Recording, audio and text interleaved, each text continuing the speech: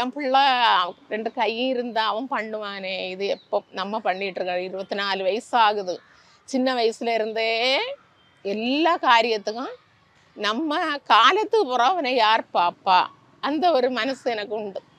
இப்போ இவனை போல உள்ளவங்க வெளிநாட்டுல எல்லாம் குடும்பம் ஆகி பசங்க கூட இருக்காங்க.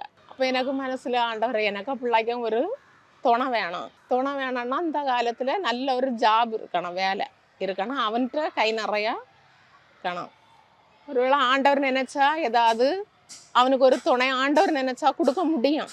அதுக்கு பிறகுதான் எனக்கு என்ன சொல்ல, எனக்கு ஒரு வேலைக்கு போகணும்.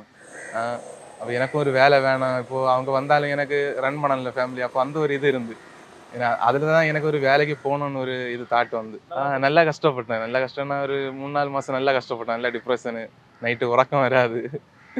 இப்போலாம் அப்படி தான், டெய்லி வரமா வரும். இனி என்ன செய்யும் அப்படி மைண்டில் வந்து போகும்.